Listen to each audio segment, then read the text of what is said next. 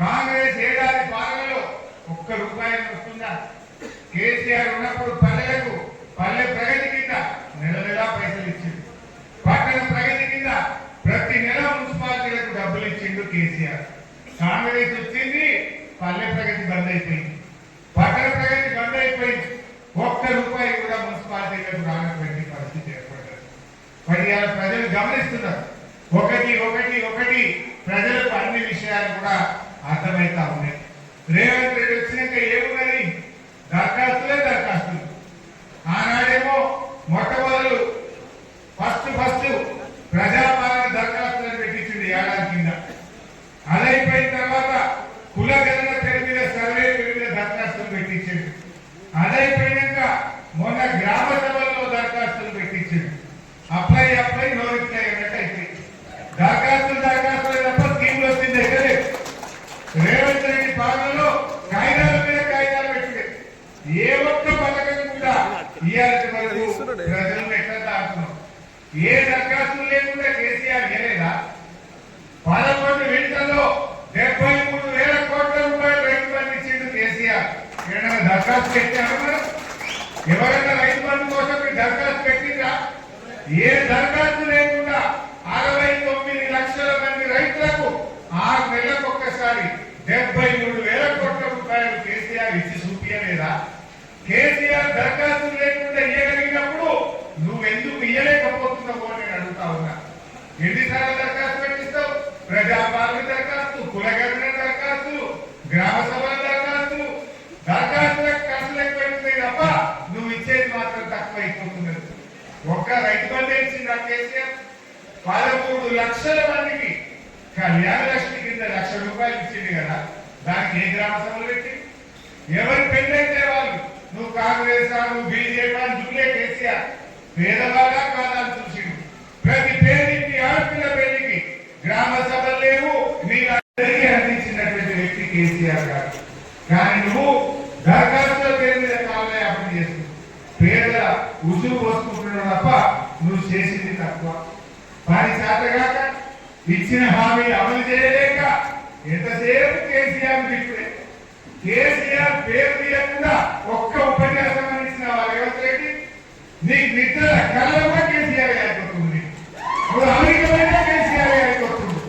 నువ్వేదో దావత్ పోతంగా కేసీఆర్ అయిపోతున్నట్టు నిద్రలో వేసుకుంటున్నట్టు కేసీఆర్ యొక్క పని అని శాతగా ఎంతసేపు ప్రతిపక్షాన్ని తిట్టుడు కేసీఆర్ గారిని తిట్టడం అంటే నీ పరిపాలన చేత కాకపోవడానికి ఇది ఒక పరాకాష్ట తప్ప ఇంకోటి కాదు.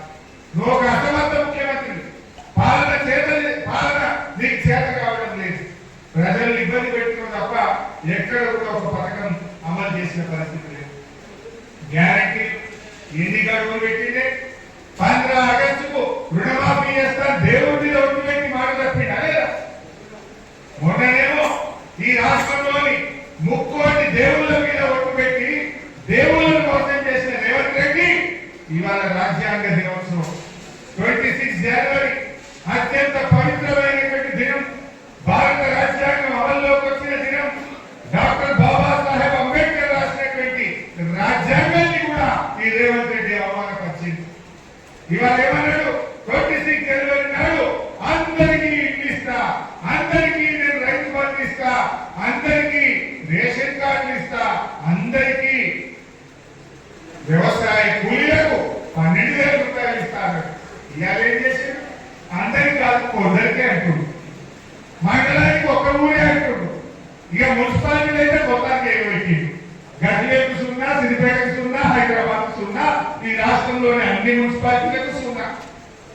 అంటే దేవుడి మీద ప్రమాణం చేసి మోసం చేస్తావు. రాజ్యాంగాన్ని అవమానపరిచినటువంటి చరిత్ర ఇవాళ రేవంత్ రెడ్డికి దక్కిందని చెప్పి కూడా మనం చేస్తా ఉన్నాం. అంటే నువ్వు ప్రజల్ని మోసం చేయడం, మభ్య పెట్టడం తప్ప నీకేం చేత కాదు. ఇది చేతల ప్రభుత్వం కాదు, ఇది షరతుల ప్రభుత్వం. ఎందుకు షరతుల ప్రభుత్వం అంటున్నా? అప్పుడేమన్నది? ఇందిరమ్మ ఆత్మీయ భరోసా. వ్యవసాయ కూలీలందరికీ 12,000 రూపాయలు ఇస్తారు. 1 కోటి మందికి ఇస్తామన్నారు. మన రాష్ట్రంలో 52 లక్షల ఉపాధి హామీ కార్డులు ఉన్నాయి. 1 కోటి మంది కూలీలు ఉన్నారు. కానీ ఇప్పుడు ఏమంటున్నారు?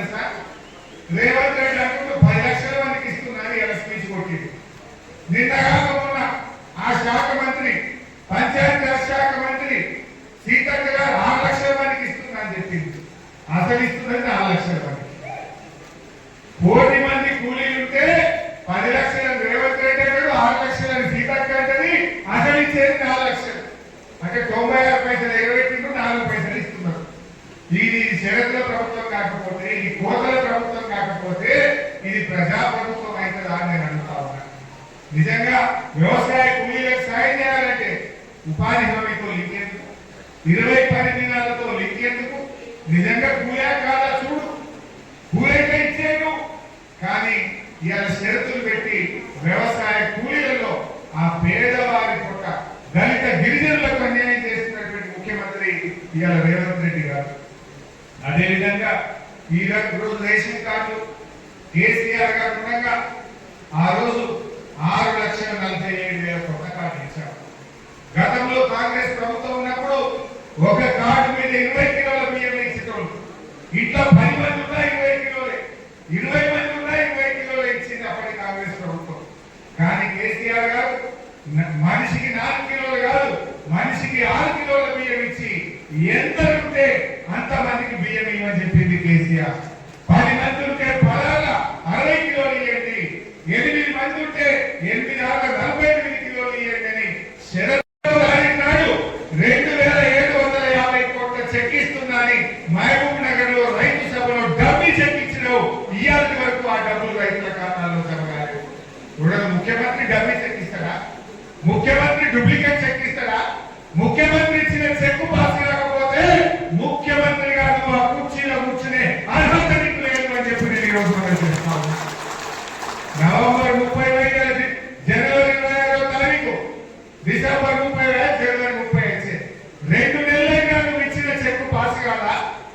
మొన్న నీ మంత్రి దామోదర్ రాజు నరసింహ చెప్తున్నాడు, ఇంకా చెక్కు పాస్ కాలే, చెక్కు పాస్ కాలే. వేరే ఊళ్ళో పోతే జనం నిలదీస్తే మీ ఊళ్ళో ఇంకా 183 మందికి రుణమాఫీ బాకీ ఉందని దామోదర్ రాజు నరసింహ చెప్తున్నాడు. ముఖ్యమంత్రి ఏమో రుణమాఫీ అయిపోయింది అంటాడు. నువ్వు ఇచ్చిన చెక్ ఏమో ఇంకా పాస్ కాదు. ఏ ఊరికి పోదాం దశవేళ, ఏ ఊరికి పోదాం మహబూబ్ నగర్ జిల్లా, ఎక్కడ పోయినా 1 లక్షలో రుణమాఫీ ఇంకా కాలేదు. 2 లక్షలలో ఇంకా మిగిలి ఉన్నారు. 2 లక్షల మీద ఒక్కరికి కూడా రుణమాఫీ చేయకుండా రైతుల ఉసురు పోసుకున్నాడు రేవంత్ రెడ్డి. ఇన్ని పచ్చి అబద్ధాలు. 21,000 కోట్లు ఇచ్చిన మాట్లాడండి. అలా నువ్వు ఇచ్చిన 2,750 కోట్ల చెక్కు పాస్ అయితే కదా 21,000. ఆ చెక్కే పాస్ కాకపోయా, పాస్ కాని చెక్కును కూడా కలిపి 21,000 కోట్ల రూపాయలు రుణమాఫీ చేసినని మాట్లాడు రేవంత్ రెడ్డికే చెల్లింది.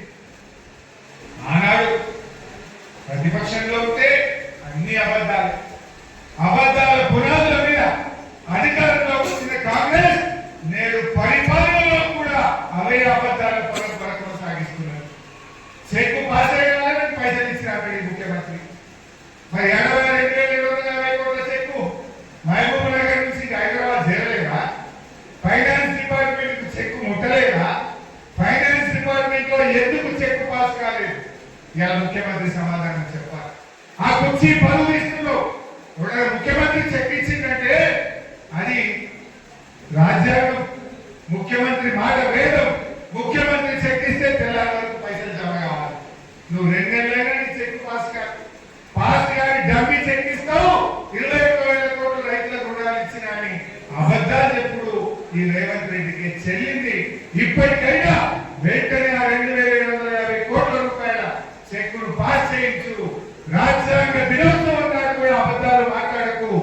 చెప్పిన అబద్ధాన్ని కనీసం కవర్ చేసుకోవడం కోసం నీ ఫైనాన్స్ డిపార్ట్మెంట్ కు మాట ఇచ్చి ఆ చెక్కు పాస్ చేయించాలని చెప్పి నేను కోరుతా ఉన్నాను.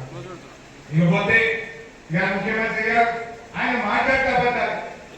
ఇక మహబూబ్ నగర్ పోయి మహబూబ్ నగర్ జిల్లా పెండింగ్ ప్రాజెక్టులను బీఆర్ఎస్ పార్టీ పట్టించుకోలేదు.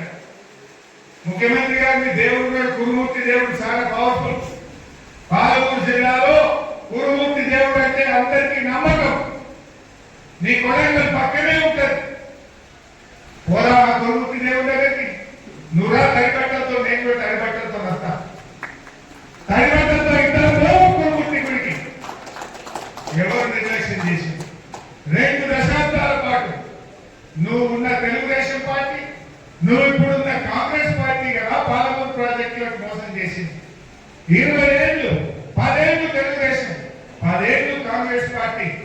20 ఏళ్ళు కల్వకుర్తి, నెట్టంపాడు, భీమా, కోయిల్ సాగర్ ప్రాజెక్టులను పెండింగ్ లో పెట్టి 20 ఏళ్లలో మీరు 26,000 ఎకరాలకు నీళ్ళు ఇచ్చింది. కానీ కేసీఆర్ గారు ముఖ్యమంత్రి అయినాక వారి ఆదేశంతో నీళ్ల మంత్రిగా మహబూబ్ నగర్ జిల్లాలో రాత్రి పూట ప్రాజెక్టుల దగ్గరే పడుకొని రాత్రి పనిచేయించి 4,000 కోట్లు ఖర్చు పెట్టి 6,50,000 ఎకరాలకు పాలమూరు జిల్లాలో నీళ్లు బాధించింది బీఆర్ఎస్ పార్టీ. ఇది తప్ప గొప్ప పోదాపా కురుముట్టి గుళ్ళకి ఆ దేవుడి ముందు తైపట్టంతో ప్రమాణం చేద్దాం. 600 లక్షల ఎకరాలకు మేము నీళ్లు ఇచ్చిన వాళ్ళే మహబూబ్ నగర్ జిల్లా ఏం మాట